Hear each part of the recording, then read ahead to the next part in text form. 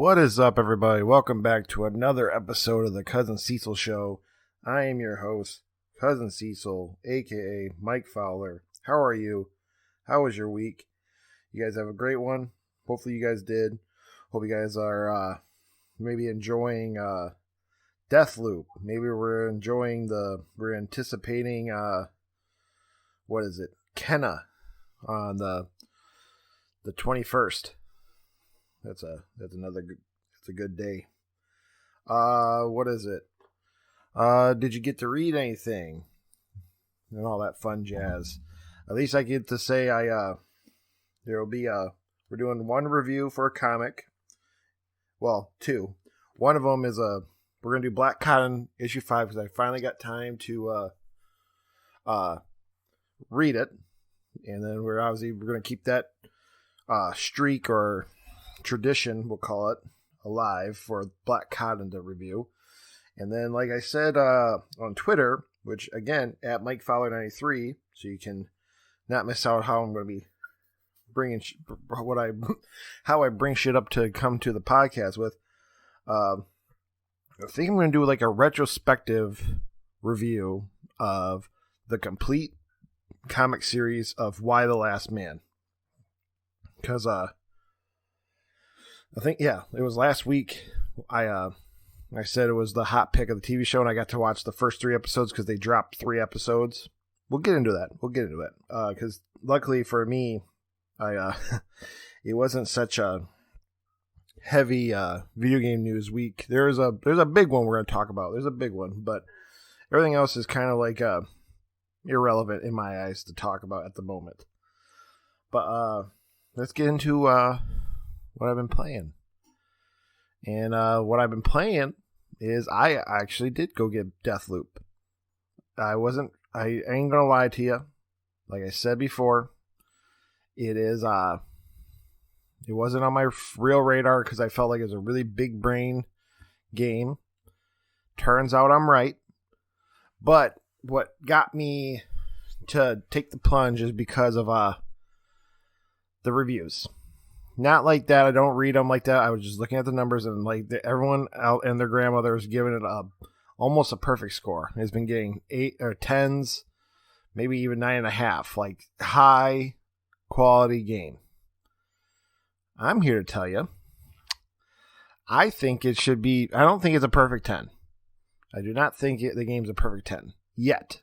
So I'm going to at least come up to you guys and gals in that sense of saying it is, for what I've played, and I'll be transparent because we'll treat this more like a first impression because of, I got to the spot where, our hero, Cole, it's either Cole or Colt, I've now be able to, collect the material of this game that everyone is made out of.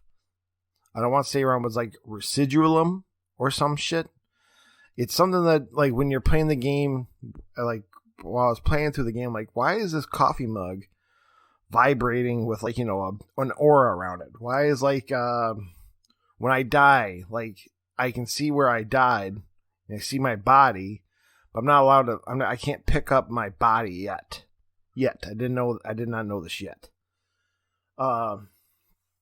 So what I'm trying to get to is, so I played it and I got through. They know it's a big brain game, like I was fearing, but they don't tell you you're going through all these tutorials.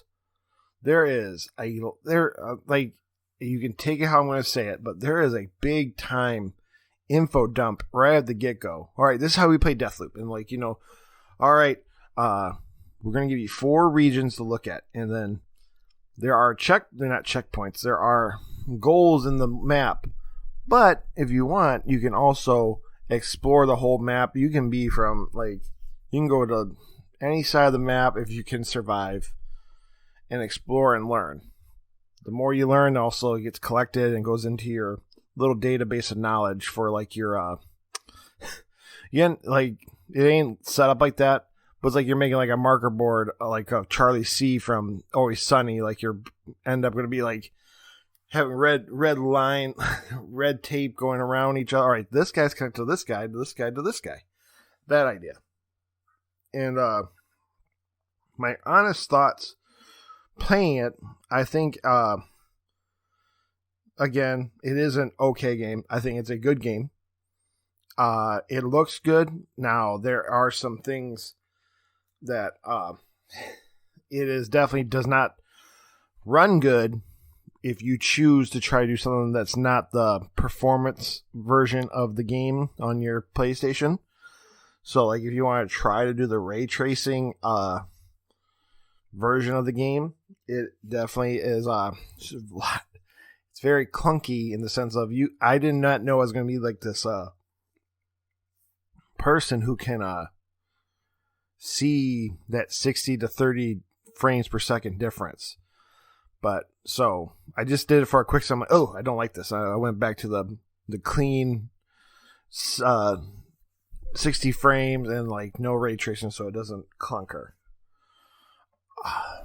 And honestly, it's the some of the flaws of the game is on me. I am not a big fan of it's a very vast info dump. There's of course talking involved, but like it's not like talking to explain how the game is played to you. It's just talking of, I want to say it's Cole, but I have a feeling it's Colt. It's how Colt talks to Juliana, and Juliana talks to you through your controller, because obviously it's like a walkie-talkie idea, which is the same gimmicks they've done before, but not like that. But like, she's like, "I'm gonna kill you, Colt," and like, "Oh hell, you," blah blah blah, and they have this banter, which is great. The how would I word it? The chemistry and the environment of Deathloop is cool. It is very neat. But what's the word? The way they make you play it can be debatable in my eyes of like understanding what you gotta do. Cause like, okay, hey Colt, we're gonna teach you the tutorial. So we're going to have you play through, and I thought I was doing missions. And again, it goes on my fault, but also I think it's how they present it, and I think it also eases you in. But hey, we're going to put you in a map and understand. All right, hey, go to your, this is very early spoilers. It doesn't involve even the main mission, which the main mission of the game is you're supposed to kill 8 visionaries in these maps. There's 4 different maps, so obviously stick to me, we'll get along through this whole thing. But like, there's 8 visionaries, and then to kill the 8, then you can break the loop that you're in, so everyone can quit living in this Groundhog's Day of a event, because it's a day.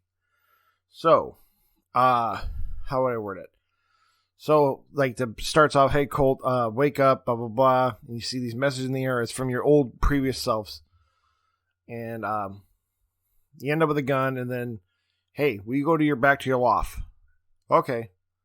Then, all right, go to the end. Now, you went to the loft. You got one little gun. You talk to yourself for a quick second. Go to the exit. Okay. The death loop does not, I don't care what anybody says. Again, it's fast, but also it's not fast, what I'm going to explain. Every time you finish the level, it takes you back to like this weird loading in the Bethesda Net, the Bethesda Net account, and like it like does not. So I'm saying it does not take the full benefit of the PS5 SSD right off the get-go, and it bothered me because like I don't care. Like we're gonna go into like the level complete, and like we're gonna give you a little checklist of everything you did with like rewards, and like Colt's in the background like this. Yeah, I lived, and puts his hands, you know what I mean? Like a very, very video gamey feel. But the idea of it just feels a little clunky about us seeing the login to Bethesda, which is also the main, not main, but like, yeah, the main title screen of them running to each other and pointing the gun at each other of Colt and Juliana. It looks a little clunky. that shit can get changed down the road. But I'm just saying as a first impression of what I'm trying to explain. Okay, so we went to yourself. Long story short, you go through 2 more missions to realize, because you're going through the whole day. The first mission's in early morning because it's one day, but there's 4 different time zones. So there goes into 4. You can have 4 possible playthroughs. Okay, stick with me. And now there's 4 maps. So that add that, like times that by 4, and then you have to add up. Each map can be visited in each quarter of those time zones. So there's 4 maps, 4 different time zones. So obviously 4 different possibilities. So that's 8 times 4, 30, like 32 levels technically on paper. Did I do that right on math, or was that 24? 8 times 4 is 24. Okay. Well, you guys understand what I'm trying to say. There's multiple different layouts of the map, and the idea of, to my knowledge, then obviously you can kill everybody because they'll come back the next day. So then you, by the end of because like how it works, hey, you're at nighttime. You found out, which is in the trailer, so I'm not trying to spoil anything. Hey, Colt, you're the head of the security of this area for these visionaries. You have like a procedure of the loop, a book that you need in your loft that you were hurt this morning, but you didn't know you're safe because obviously like a memento amnesia thing at the beginning. All right, go back to your thing. By the time evening rolls around, Juliana will steal your book without you knowing. Somewhere between afternoon and night. Okay? So the plan is then, all right, we just start the time loop again. So we're going to just go pick it up in the morning. And we pick up the book in the morning, and then it kind of starts the whole idea of, no, it doesn't. That night one does. So, I'm at nighttime. I don't got my book of the LPP, it's called. Juliana then shows you the idea of what that second player mode that they were featuring is. All right, Juliana is going to invade your game, quote unquote. So then you kill her, and you understand that after you kill her, you can pick up this thing, and you can start getting like those Dishonored style supernatural things. But my thing was, and then you die, and you lose it again. And then you have to also play it again of picking up the same shit in those little areas. Like when you first die and you go in the tunnels, there's a table you can pick up your double jump. One time during this small snippet, because obviously you start the tunnels every fucking level. That again, some stuff it just feels clunky knowing that then there's a loading screen. But I forgot I didn't equip the double jump, so I didn't get to use it. But then we get the LPP, then we're like, all right, we're going to go kill a visionary. I killed a visionary, which had a whole cool little thing, because obviously she was, she makes projectiles of herself. So by the end of the day, I had to kill 9 of her same clones to get to the final, blah, blah, blah. And then we got the understanding that, now you can suck up the residuals, or whatever that material I just said. So you can start actually saving everything that you pick up during your loops. So now I'm actually at the part of, which I haven't started yet, but I'm actually at the part of okay, you want to, now we're getting to the real game. So now you understand you can soak up the residuums, and you collect that so you can start saving trinkets and weapons in your inventory, which won't get wiped by morning, or your skills. So I'm at basically the starting line of what I think is the real game. I could be wrong, because it could be another fucking tutorial and I wake up at that goddamn beach again. So I don't know. I'm not saying I do know. But the loading, there's some weird loading, in my opinion, for a PS5 game that gets you like, uh-oh. I don't think third parties know how to handle the SSD just yet.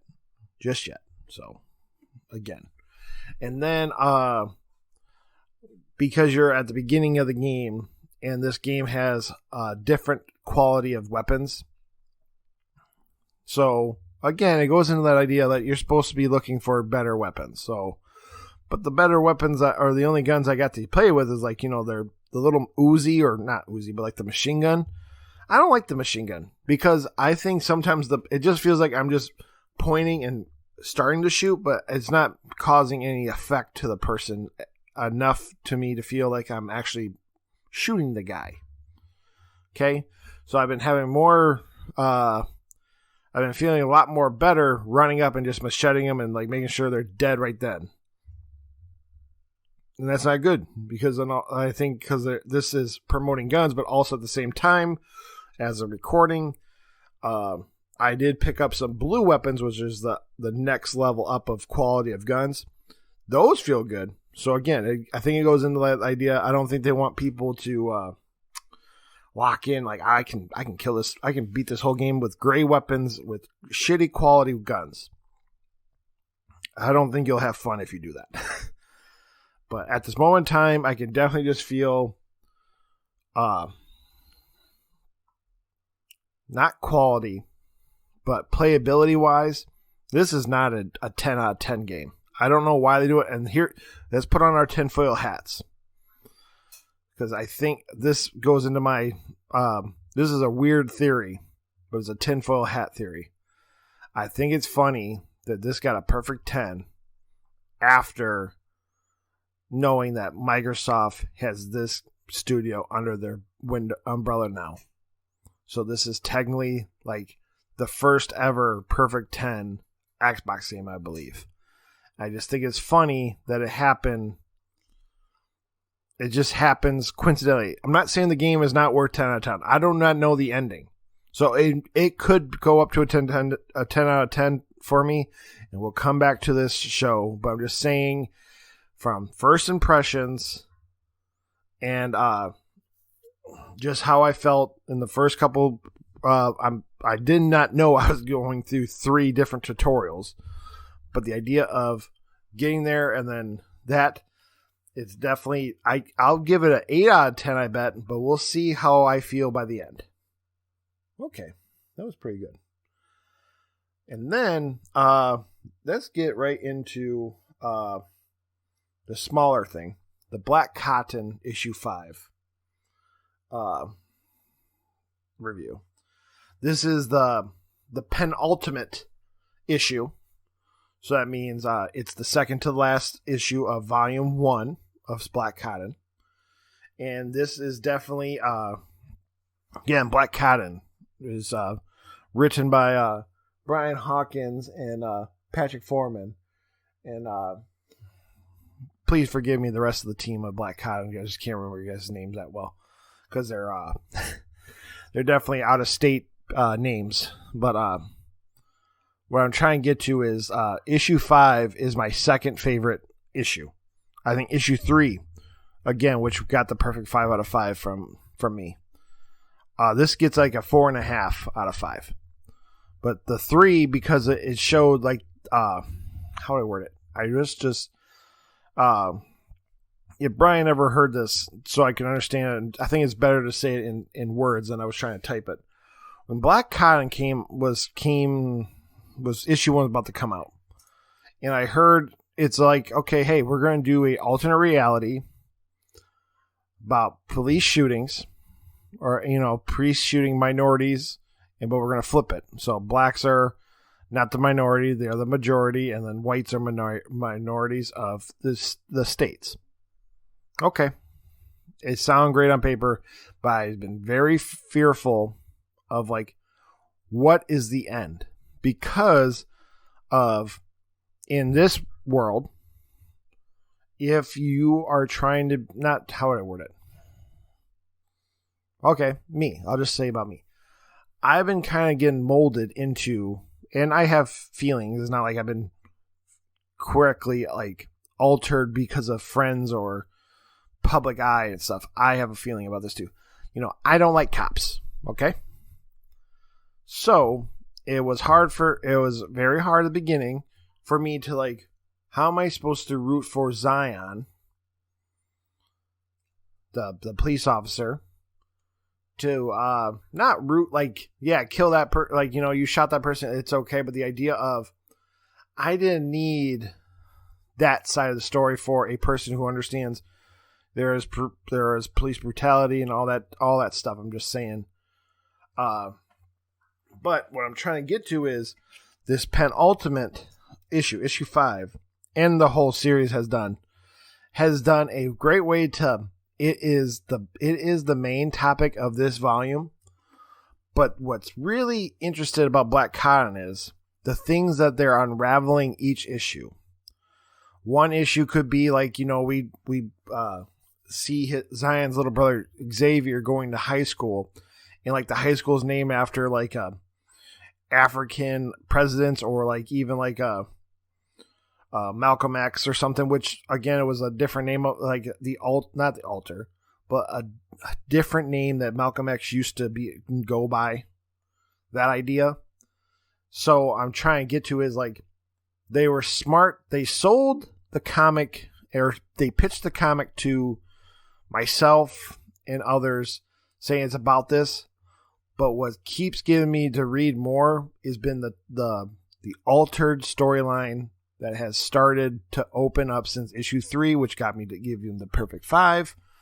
And then they have not technically also threw the police shooting under the rug. They have been still we haven't got issue 5 gives us what we think is going to become the end result of this shooting, but I think it's going to go sideways in a good way, not in a quote unquote bad way. I think it goes in a good way as a moral high ground good way. But this, obviously, like I said, issue 5 is going to get 4.5 out of 5. It was really well done. It got me to like, oh, I love this series again. Yeah, like they had also like, there's a quick moment because Xavier is the youngest Cotton kid. I believe he's the youngest kid. And so he's more the wokey kid. So obviously in this universe, he is like White Lives Matter and shit, which, it's part of the conversation. And I think it was really cool is like, he said it to, I mean, granted, he did say it to the family member that A is in trouble and B is probably more closer to his political standpoints than the rest of his family. But the idea of like, man, you guys you wrote what I bet a lot of mixed political Thanksgivings were the past couple years about, in a very more clean and formal way of talking about it, because obviously it's two adults that are writing it, not compared to listening to a drunk uncle or something. But the idea of like, man, you guys are doing you did a really good job. Even getting those side notes out that we should hear anyway. Like, like, hey, basically, when I say that, I mean like you could say what Xavier said, except switch to our world and say, Black Lives Matter, blah blah blah blah blah. So I think it did good. It also pushed the new narrative about the possible history of how Black Cotton, the company that Xavier's family owns, has got up there, and a lot of obviously dirty laundry and probably bloody hands have been paved their way to this crescendo of a volume. And I'm very looking forward to the 6th issue, because the ending obviously ends with the peril of which is on the cover, so I think it's fair to say, but obviously involves whatever happened with Zion's dad and his trades with Japan. And also it just is a very interesting, I can't wait for issue 6. Congratulations to the team again. Obviously, you guys have been killing it, and I can't wait for Volume 2 of BlackCon starts in 2022. So they're obviously taking winter break, which is not true because I know how comics work, so they're probably working it so that they can get it ready, so it's ready just to be send out, and whenever Scout sends out the release date, boom, boom, boom. But yeah, congrats and all that fun jazz. Now, here's also another secret review we're going to do. And I've been waiting because I've been kind of thirsty. But I also teased it just a couple of hours ago. I went and picked up the Mountain Dew new flavor, not the Flamin' Hot. This one's the Kroger exclusive Thrashed Apple. You can only get it at Kroger at the moment. And then I bought, and I ain't nervous because I think I like apple. So, but I'm thinking, when I first saw him, like, you know what? I bet money Mountain Dew makes a mean apple. It doesn't say sour apple. So when I think green, I always think sour apple. So stick with me. So I got a can right here. We're going to open it up. But I'm very nervous because I went out and I just bought 2 12-packs. I'm like, I have faith in me. But all right. First off, let's do even something really corny. Like the presentation. Looks cool. I like the skull, the apple and crossbones, and like it's obviously the trailer. Yeah, there's trailers on TikTok. Like it's obviously trying to be a metal band and all that shit going on. It has like a big tree being the real guitarist and the apples being the drums. And before we start, also I want to give my palette of Mountain Dew because I think that's important too. I think Baja Blast is number 1 in my eyes of like a real mixed flavor. And then I'm a person, I sometimes put Code Red above original flavor. And then I put blue, which is voltage. And it's been a very long minute, but the last time I had Livewire, the orange, it was pretty much at the bottom. I actually like almost any other flavor under Livewire as of recent. So, I'm trying to give you guys a spectrum of where I'm at. I think, oh shit, I lied. Baja Blast is number 1, but that KFC Sweet Lightning, which is peach, woo, that one hits. That one hits good, especially like while you're there. You get some kernel strips, mashed potatoes, and you have a Sweet Lightning. It's some good times. So that actually, Sweet Lightning actually might be top 2nd. It might be a close top. So it was Baja Sweet Lightning for me. So this one's obviously goes in that same crescendo of the same atmosphere or stratosphere of like an exclusive flavor. Again, this ain't there's no fountain version, which obviously could be debatable of like, does that alter your taste buds? We're going to crack it open. We'll hear it.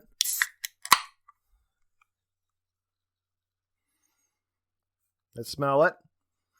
All right. Right off the get-go, it does not smell like Mountain Dew. It does have apple. It just apple flavoring, and I forgot to even write. It's the Thrash apple, and like it goes dew charged with crisp apple, natural flavor, and artificial apple flavors. The smell, it does smell good. It's not scary or like, what am I getting into? It does have like that. Close your eyes, and that's a green apple sucker. All right, here comes the first taste.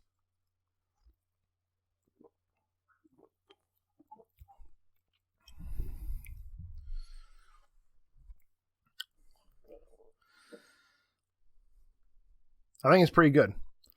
I also I'm going to say also which is very interesting about Mountain Dew.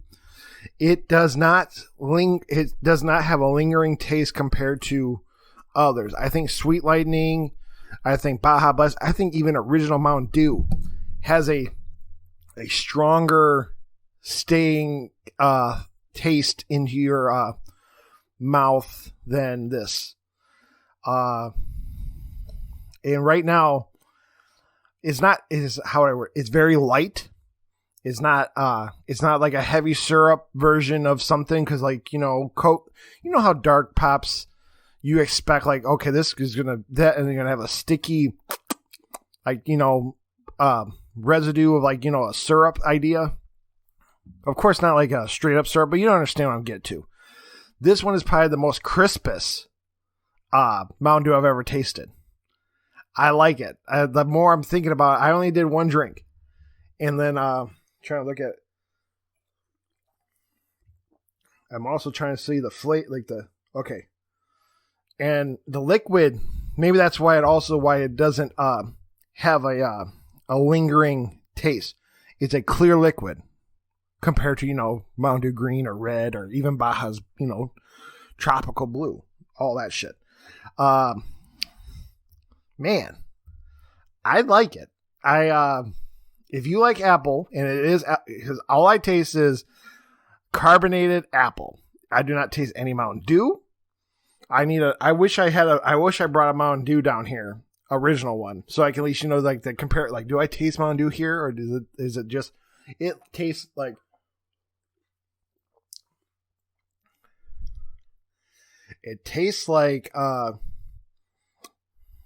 just carbonated, it tastes like carbonated apple juice in the sense. Now, another thing I just did on that last drink, I will say this, when it hits your tongue, great. When it leaves, great. That body, when it's like that weird, it's like that quick moment in time of when it's your brain's processing what you're drinking. Like the body is where the carbonation hits you. The body is also it's doing an instant. It's so light, it feels like it's instantly evaporating on my tongue. That's the feeling of how carbonated and the body feels. The body also has definitely where the most sourness of an apple is of this drink. I think hopefully everybody who's listening is man, he's putting some work into thinking about all the little things about a pop review. But I will say, because how would I word it? We have also, I forgot to also mention, I do not also like Major Melon. Major Melon's their watermelon Mountain Dew, which was probably the latest global, maybe not global, but nationwide new flavor that goes down the spectrum of down by orange. If I had to put Thrashed apple anywhere in it, it matters to me. With another drink down right there,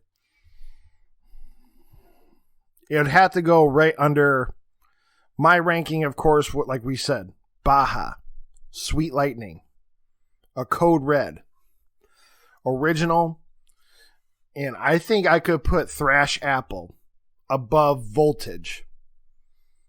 And that also, again, so that's it. That is top tier, middle of the pack. And we're going into, there's a spectrum of Mountain Dews. I didn't even mention, we could make a list, where's Dew USA? Where would you put Frostbite? Where do you put Whiteout? Where do you put, you know what I mean? And the newest Voodoo, which I like the newest Voodoo. But this crisp apple, it's light, which sounds dumb. I keep saying light. But it's something about it that it does not taste like Mountain Dew either. That's also it should mark it down. But maybe it's because I'm a pop fan. So the idea of, it's not, I'm not going to hold it against that you don't taste like your brothers and sisters of your spectrum. But it was a great, I'm more happy I got it. And again, hey, if Mountain Dew hears me, again, if I could do the flaming hot flavor, I'm happy to do it. And then just even one of the tall ones. I know that usually your guys' care packages are 2 bottles and 2 cans. Even if you can just mail me one flaming hot can, so I do not have to go through second hand buyers and all this stuff that happened, because I believe it's sold out. I'd love to review it for you. I would give it is a solid in my eyes 7.5, maybe 8. Like if there was 7.75, which there's not, it's a strong 7.5, 8. Hold on. I gotta keep it at 7.5. It's good, but it's decent. If you like Apple, I think this will be the best Apple pop that you've had. Yeah, pop, not soda. Pop. But yeah, whoo, that pumped me up thinking about this, tasting this Thrashed apple. That's some good shit. All right, let's get into the real. This, I guess, the small spot, because I think Why the Last Man is going to go a little bit farther than this little section of gaming news.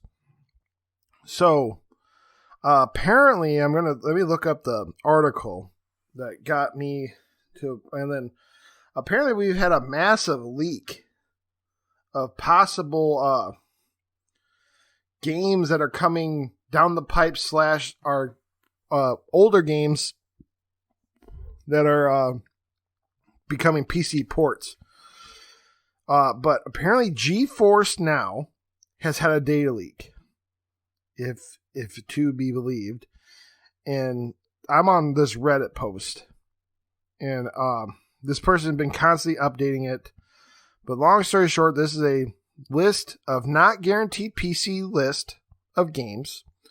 But it's a list that Geforce apparently had internally of possible games coming to PC, which then gives you the conversation post of like, oh, these ones are coming. They're going to come to consoles too. But where is it? Let me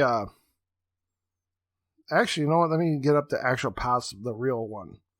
Okay, basically, Geforce, the company behind like the Geforce Now and shit, had a data leak, and they had an internal list of games that they confirmed that this is their list, but also downplayed it so that this could, like, the idea of like, oh, well, you know, we just made the list, not saying these are games that are in development.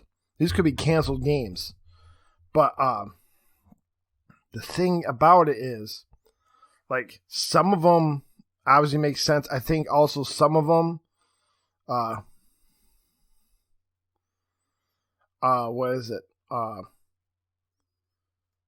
Some of them also involve Sony. Some of them had just code names from Microsoft, but obviously some were, the code names also check out. So that's why people are like, whoa, what's going on?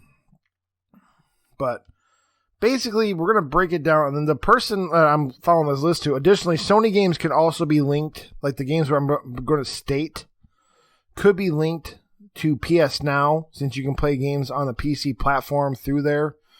So it doesn't mean for sure this is going to go to Steam, but they will eventually, but not for the foreseeable future.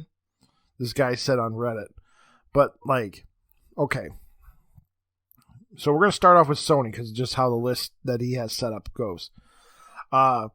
This could take, he also has in parentheses, this could take years for these games to come to PC, because the reason they come up in the stories is because of, this list has like Gear 6. This game has like Injustice 3 in this list. And then some more other surprises. But like, Uncharted Legacy of Thieves Edition. Okay, this is where the list gets a little interesting, because like, we just found that out. That's real. It's coming to PC. There's going to be a PS5 port. Helldivers 2, which is, I guess, I didn't know Sony must own the IP of Helldivers from that company who made, like, obviously Helldivers and Magic 2 and all that shit. I forgot their names. So, again, this list could be So Helldivers 2 sounds like it could be in the works. Could be also canceled. But the idea of names, this list also shows like Forbidden West, Gran Turismo 7, God of War 2018 are possibly coming to PC. Granted, Horizon 2 would make sense since the first one's on PC. God of War 2018 would be a feels like it's the next one on like the chopping block of like, if you know, we're going to wait X amount of years and then we're going to put this on PC just because, you know, our fans have already ate it up. But the ones that are kind of, for me as a PlayStation fan, I don't like hearing just yet. Returnal, Demon Souls, Ratchet and Clank, which is no Pacific game, which again, that goes into like, this could be a PS Now version of explain, like, you know, like their data is. Sackboy's Big Adventure and Ghost of Tsushima might come to PC. Like I said, my personal opinion is just because maybe it's because it's the leak, but if they did it proper, like, okay, those games came out 2020, and we're doing quick math. If they waited till like 2024 to talk about it and say we're going to put these over to PC, I feel that's a good sliding gesture of years. So I'm just conceding that no Bloodborne, Spider-Man, or Last of Us, Last Guardian, Gravity Rush, etc. have been listed in any of these data things. So that goes in that same ballpark of like, are these real PC ports? That's the game plan. So again, my personal opinion, like I said, is we're going in those generations. I don't like it, but I do like how PlayStation does it, as in like, it's not day and date. They gave you a reason to buy a console. So here, down the road, PC is going to get these tastes of these games. You know, money talks. I get it. I'm just not saying anything. Now, the Microsoft list part of this is a little bit difficult to read, so I'm just going to go right through it without breaking it down how I did PlayStation. Gear 6. No brainer. That sounds like an absolute thing is going to come to PC since just how it is. This game called Oxidide. It's unannounced. That's all it says. Project Holland, which is apparently the Fable. Okay. That Project Typhoon, which is Contraband, which we saw this quick trailer, which is not out, but it's from Avalanche. Project Woodstock, which is Forza, he believes. And then an untitled The Initiative game, which last time I checked, does that mean Perfect Dark? But maybe there's another Initiative game. Halo 5 Guardians will finally get a PC port. And just judging by the time frame of how they've been doing old Halo games, that makes sense. And then the rest of them were like no-brainers, since obviously PC and Xbox have been going hand in hand day and date also. Like Avowed, Kalimba, which I don't know, maybe that's a code name. Indus is a code name, and probably Gravity is a code name.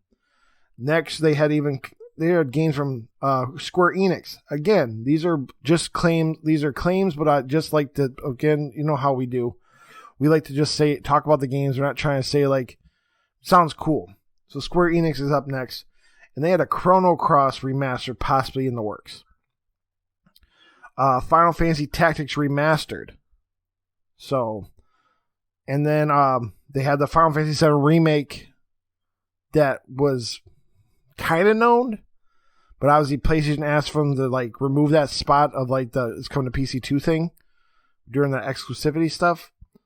But so obviously that feels like no-brainers. And the more thing that's not been announced was Final Fantasy IX Remake. And then obviously Final Fantasy 16, Tomb Raider Anniversary 2021. We're almost done with 2021, so I don't think who knows what that's going to be. There's apparently an unannounced title game by Square Enix. And then the other one that's kind of went out to left field, kind of. Kingdom Hearts 4 was on this list. And again, it goes into like, so are these some of the games that were coming down the pipe that have not been announced yet, which is cool for gamers to know. Next was Capcom, like in this list. Resident Evil 4 Remake. which is apparently a secret that everybody knows about. Like, they know that they're working on Resident Evil 4 remake. Street Fighter 6. Okay, duh. Dragon's Dogma 2. I believe I remember them saying they were working on a sequel. Monster Hunter 6.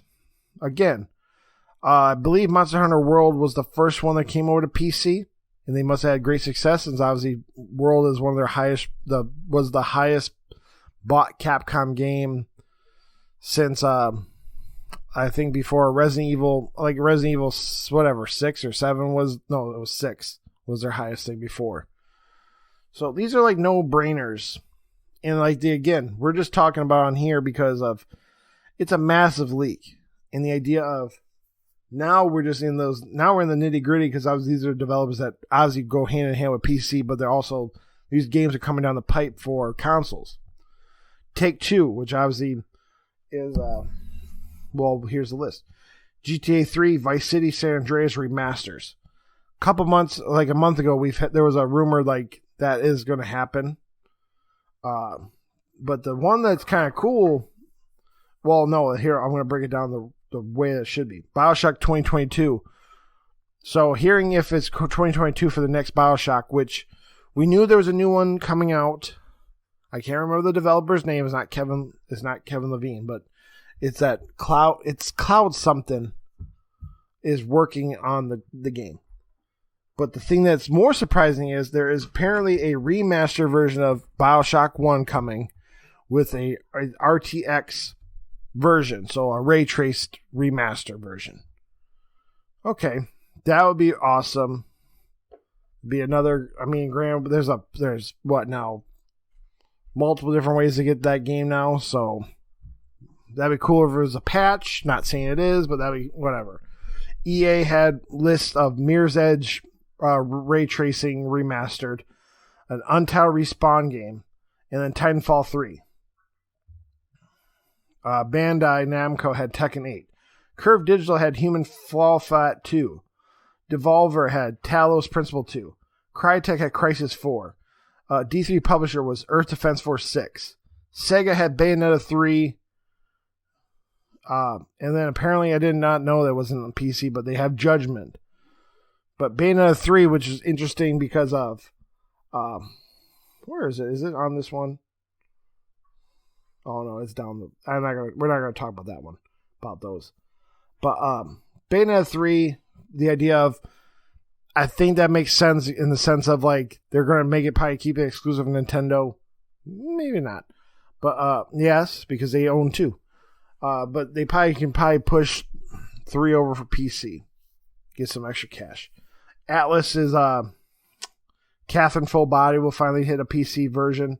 Shin Megami Tensei 5, which is the Nintendo exclusive. So if Sega gets the okay for Bayonetta, they're probably going to do it with Shin Megami. And then there's apparently like an Arkham Knight ray tracing remaster coming, possibly. And then for Valve even has a Half-Life 2 remaster, possibly. And then there's this other one called Project FPS from Paradox. Again, code names. But the idea that I'm trying to get to is, just take these with a huge grain of salt, but the idea that there's now another new little list of possible games. And this doesn't even show the one that, where did it go? Where is it? One list. So this guy doesn't even have the whole list. Oh, there it is. These are huge. The next little quick snippet of things is a huge grain of salt, what I'm going to say. But it's worth looking at. XCOM 3, Injustice 3, Destroy All Humans 3, which makes sense since that's another spot that they just had announced that Destroy All Humans 2 is getting that same like remaster version like through this THQ presentation that just happened. Metal Gear Solid 2 and 3 HD. This guy who wrote it, this list said there's no way that's going to happen. That one. But Mario and Rabbids think about getting a PC. Granted, Mario and Rabbids is Ubisoft, so maybe. Death Stranding Director's Cut PC, Sniper Elite 5, and City Skylines 2. Again, take that last list at a big grain of salt. but just the idea of like that was like the biggest kind of news story in my opinion of like this week for that. So yeah, that's basically it for gaming news. For now, the other little quick topic of the show. Quick. We're only almost an hour in. So I got a little excited hearing, I'm gonna lie, it was off of Cadillac on Mars with they had Tyrell on, and he kind of sold the idea of why the Last Man, the comic series, because also I knew that the FX show, which we obviously picked hot pick for, was coming. I didn't know it was this soon, but that was in October. But I'm like, you know what? And then Comixology had all 60 issues very, very fucking cheap. There's 5 books, and each book was like $2.99 for like the whole compendiums. So I started. I'm like, all right. Oh, I'm already technically behind. I started watching like the first 2 episodes of Why the Last Man, and that intrigued me too to like read. And I'm like, all right, here's my mission. I'm at least going to read book 1 before I get another episode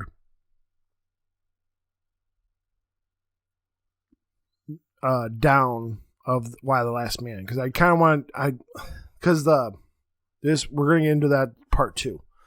But okay, so I read book 1, and the ending hooked me, and then 2 days later, or about 3 days, I finished all 60 issues. So I have a pretty much a very frequent and recent history with the whole series of Why the Last Man. And again, I apologize for the whole teams of these books, but obviously Why the Last Man is written by Brian K. Vaughan, and and then also drawn by Pierre Guerrier or something. And the quick synopsis of the comic and the TV show is there has been a weird airborne disease or something that's happened that has killed every single thing with a Y chromosome on Earth. Humans, animals,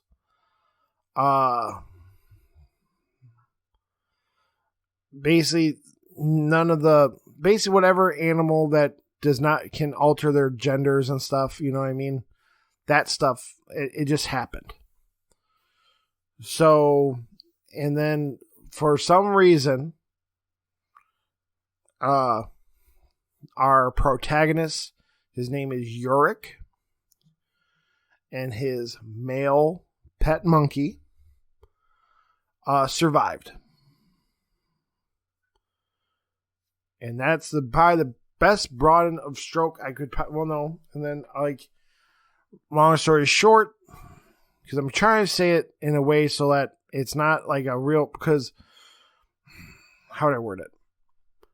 My personal opinion before we get really far into this, I think you should read book 1 of Why the Last Man before you get into the TV series.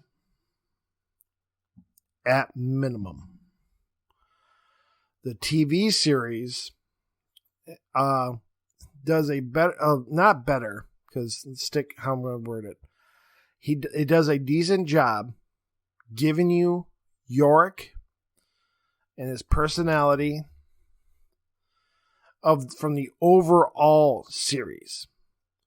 Because some things he might, his not actions, but his personality is more upfront to how he is through the whole series of the book compared to like how we learned it. So like, how would I word it? He is definitely a little out of touch guy, but like some things that his views are might have not came up until like book 2, maybe book 3. But the series kind of not saying it really goes in that direction, but like you can like, okay, your personality is a little not off, but like you have a definitely odd outlook. The series also takes some things out and alters them in a way that may or may not work. The one part that I think may not work yet, I do not know, is which is in the first issue, like the first time you see him, so it's of the series. But the series, the TV series, he is looking for his girlfriend Beth.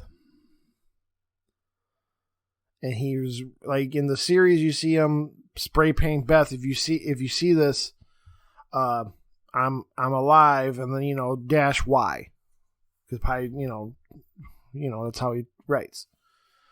The thing that's different from the TV series or the book is, and this is a small spoiler how I'm going to explain it, but again, this is an issue 1 of the book of a 60 issue run of a series. In the book, his girlfriend's in Australia, and he knows this. In the TV series, they have kind of like a fight, and like she's still in town, to my knowledge. It's not like I'm going to head to Australia. Like in the TV series or the comic, he's talking on the phone with her. Then the shit starts hitting the fan. He looks out the window, like that idea. You know what I mean? So he kind of knew where she was, but like she just was out of the picture of that.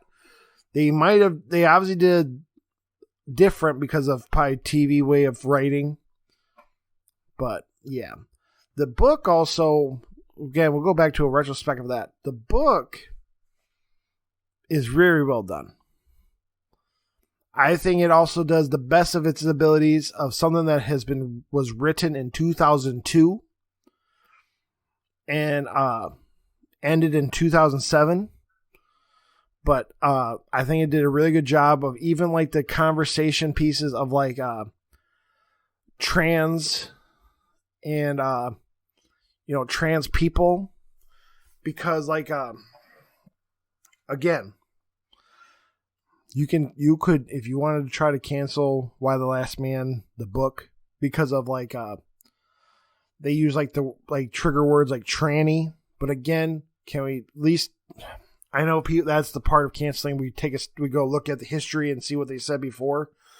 But the idea of Why the Last Man, the book, does a pretty okay job with the conversations that were used back then. They might use the word tranny, but they're not saying like, oh, yucky, all that stuff. It's just how the conversation. The book also uses the word retarded a lot. And then let's be real. That was a big word back in the day. Now we're into the new generation, and like people have changed. We don't use that word as much, unless you're my age. You know what I'm saying? I'm just saying, I don't want no one to come in and like, oh, we should cancel because they say tranny or chicks with dicks, or they say, are you retarded, or even these are things I'm saying out of pocket of like, this could happen. Some things could have happened in the first book. Some of this shit I'm saying could be at the end of the books. But the idea of like, they even have, there are people that they come across. Oh, that's another thing. Hold on. There's a part, even they have Yorick, a white guy, talk to his bodyguard, because, we'll get back into that. But the book has like even a spot which how do I word it? It caught me off guard, but he even said, he said back to his bodyguard, this girl, N-word, please. And it threw me off guard because I'm like, whoa, I can't believe they wrote York to say that. But again, 2002, 2000 to 2007. That's around the cusp of like, even like the Scary Movie time of where like it got some really out of pocket stuff was said. But okay, let me give you another grand scheme of the main story of the Why the Last Man. That, and also what I'm saying happened in the episode 1 through 3. Okay, that mass extinction happened to everything that's male. Yorick is in New York City. And then, long story short, he, I forgot how he got there, but in the book, kind of now it's drawn a blank. But his mother is a representative of the American government. So I don't know how he got there in the book. Again, I can't remember, but maybe he just like, I gotta go talk to my mom because obviously she's a woman. There's only women out here, but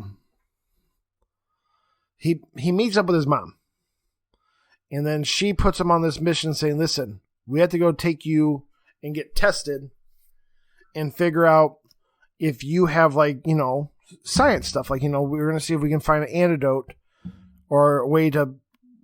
Save so we can get another generation of men happening because of your bloodline, because of how you have to be immune. So we can probably make a serum out of it, blah, blah, blah.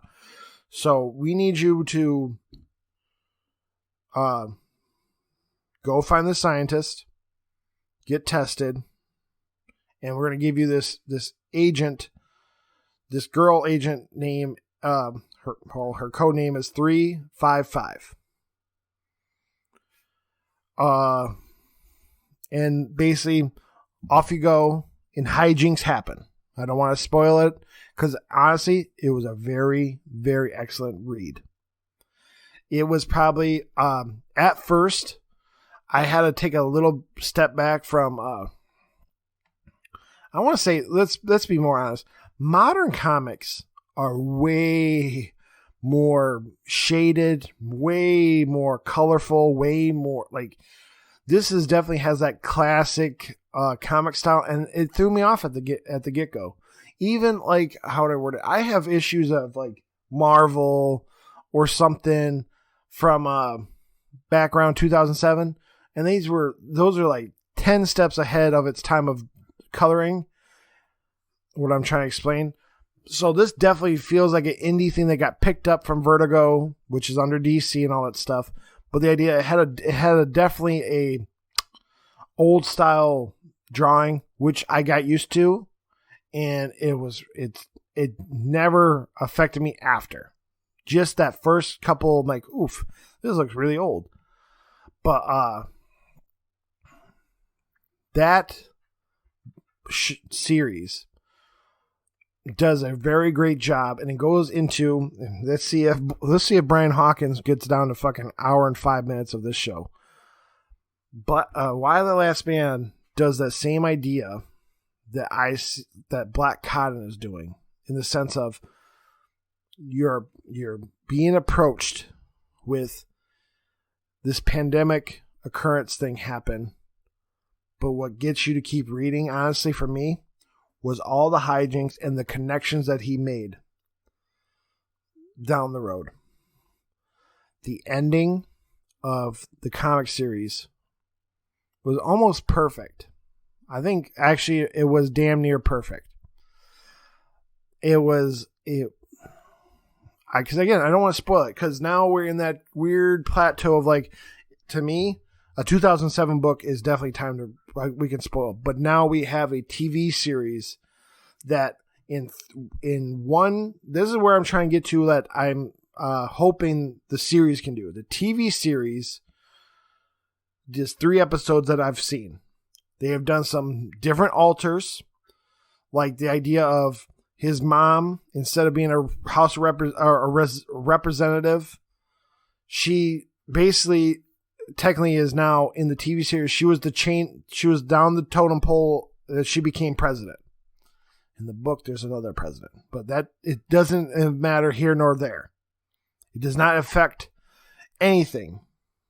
But obviously for TV, it's better just to have a main purpose, goal, have her be the president so no people give a fuck, okay? And then one other thing, he has a sister named Hero. And Hero has a very interesting story. And I'm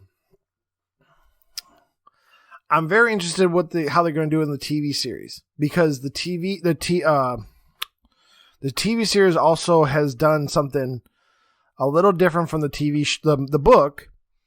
They made it so that there was an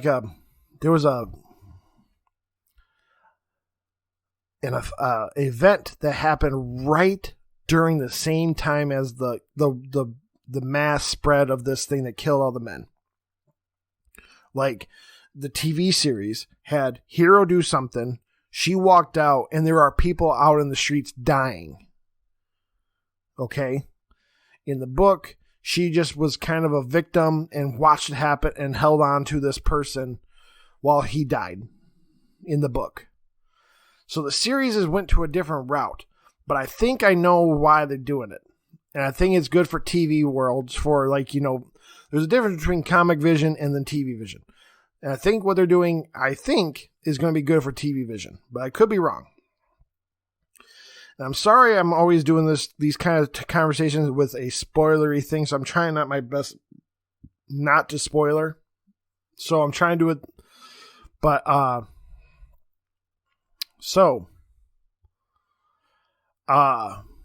the TV series has also done, I think, a very better job with the trans thing, because we're not going to have on TV people calling people trannies or chicks with dicks or all that dumb old way of talking shit.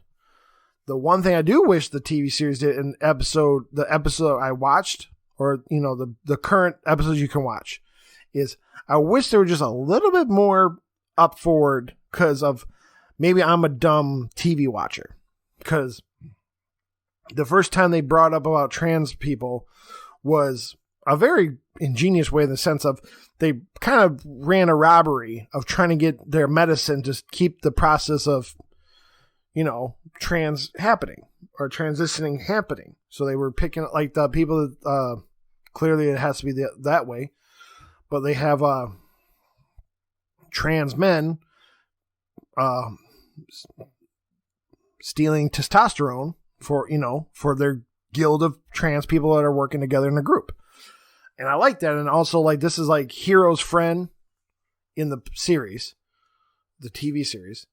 And, but they don't say it like that. They make you watch it. And I'm like, and I just felt dumb. I'm like, and maybe that's also good. Maybe it's good for me to say that I looked at it like, why is this dude alive when there's why the Last Man happened? And again, it was during that weird time of me not finishing or getting that far into the book. But I'm like, oh, that's a trans man, blah, blah, blah. That's okay. You know what I mean? And it worked for me. I'm like, okay. So that worked. And then the series, each episode is 46 minutes. And I think for what they showed in these three episodes, they did, so we'll round it up, even though they're not an hour, but they did 3 hours of TV time, which again, it's technically not, but the idea, they did what 2 issues of the book did in 3 hours. And in my head, I'm like, okay, they did 2 issues in 3 hours. They have 60 issues. And that's the best thing about that series. There are a couple one-off, maybe 2-off stories, but they're not like they either ended with Yorick coming into the scene and an event happened, or it's somebody that you care for, because this ain't a spoiler. There's some issues of Why the Last Man that involves Hero, and she's part of the story too. You know what I'm saying? Like that idea. Why the Last Man, before I knew, I did not know anything about it. I did not know a person's name. I just knew involved. I barely even knew that it was about everyone dying. Okay. And as a brand new reader who read the complete series of Why the Last Man, it's a 9 out of 10. So in my spectrum, that's a 4.5 out of 5 of the Cousin Cecil scale. Of that 60 issues, and I'm telling you that almost every issue is either a 4.5 out of 5 and onward. 60 issues, and it did not have one let down issue. That is shocking. It is crazy, and I'm more happy I got to experience it now. And then after reading it, it gets you more into the show. And then again, I think the TV series is not going to be. Hopefully, that's the thing about the TV series. We need to people need to watch it.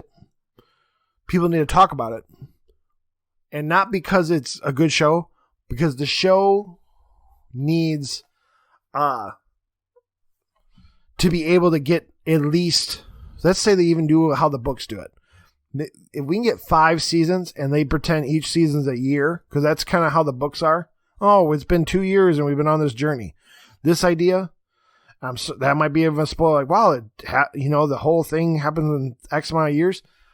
But I'm sorry about that spoiler, if that is a spoiler. But the idea of this show, I don't think will do justice if they wrap this story up in like 2 seasons, or if this gets canceled without having like this is the final season and like a real ending, because of like the longer it went in the book, the more connected each character got to, and there's like weird references, and like I think it goes into that underlying style of how it's written, but like the characters talk like, oh, we're gonna go to the wizard, like we're gonna off to see the wizard, and like obviously it's like Dorothy, which is the Scarecrow and the Tin Man, on their way to the Wizard of Oz. And like there's these weird little connections, and like it was a very good thing. And then, like I said, off the get-go, with 3 episodes down of the series, I think it's going the way that it should go for a modern version of this. Because also, like in the 2002 in the book, they're like, yeah, we don't have that many women's army people, and now in the series they like, yeah, we have women fucking air pilots, but then something happened in this last episode, and just it goes into like they modernize. They don't make it look like we have damsels in distress. They don't have, which the book didn't either. But the idea of just some things like, yeah, we didn't have that many helicopter fighters in 2002, so that's just the conversation of how it was. Not like, oh, they don't know how to fucking do that, but that idea, we didn't have that many.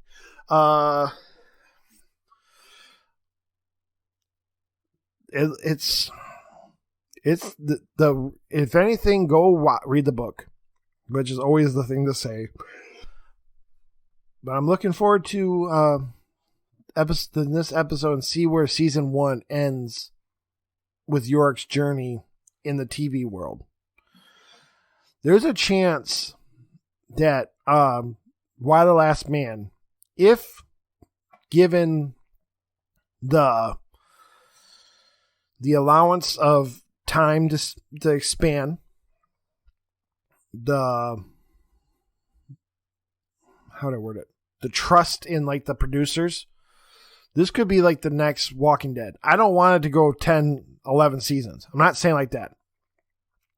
But if I don't want it to even be 10, 10 episodes. If they can do a season that's each book or each year. Like here's it through the whole year of them, or like, you know, how the book did it. Like have the time expand or extend the way that the book did. This could be the next Walking Dead if they let it flourish. I'll leave it like that. But yeah, that was this week's show. This week's Hot Picks music. I didn't know that this came out until I just took a peek, but I dig it already. Colors and Shapes by Mac Miller. You know, rest in peace, but it's like a trip, and it just sounds different. And then for comics, it is where's my list? Where's my list? It's loading. There's a bunch of not a bunch, but of an indie comic from Image, Frontiersman 1, and then for DC, Aquaman: The Becoming, issue 1. Trigger, and if you don't like gay, don't pick it up, but also suck it up, because I think it's going to be a really cool read and give a real actual Aqualad some real fucking character. Secret Files of Miracle Molly, which is a Batman character. And then this one I didn't know that was coming out, but Batman versus Bigby from Wolf Among Us, issue 1. And then it was the free issue, but I don't know if there's going to be more into this real book, but King Shark, issue 1. And then for Marvel, starts The Death of Doctor Strange, issue 1. And then Onslaught Revelations, issue 1, which I believe Onslaught Revelations, I don't know exactly who's writing, but maybe it's the actual ending of the Brian Hickman X-Men. Not sure.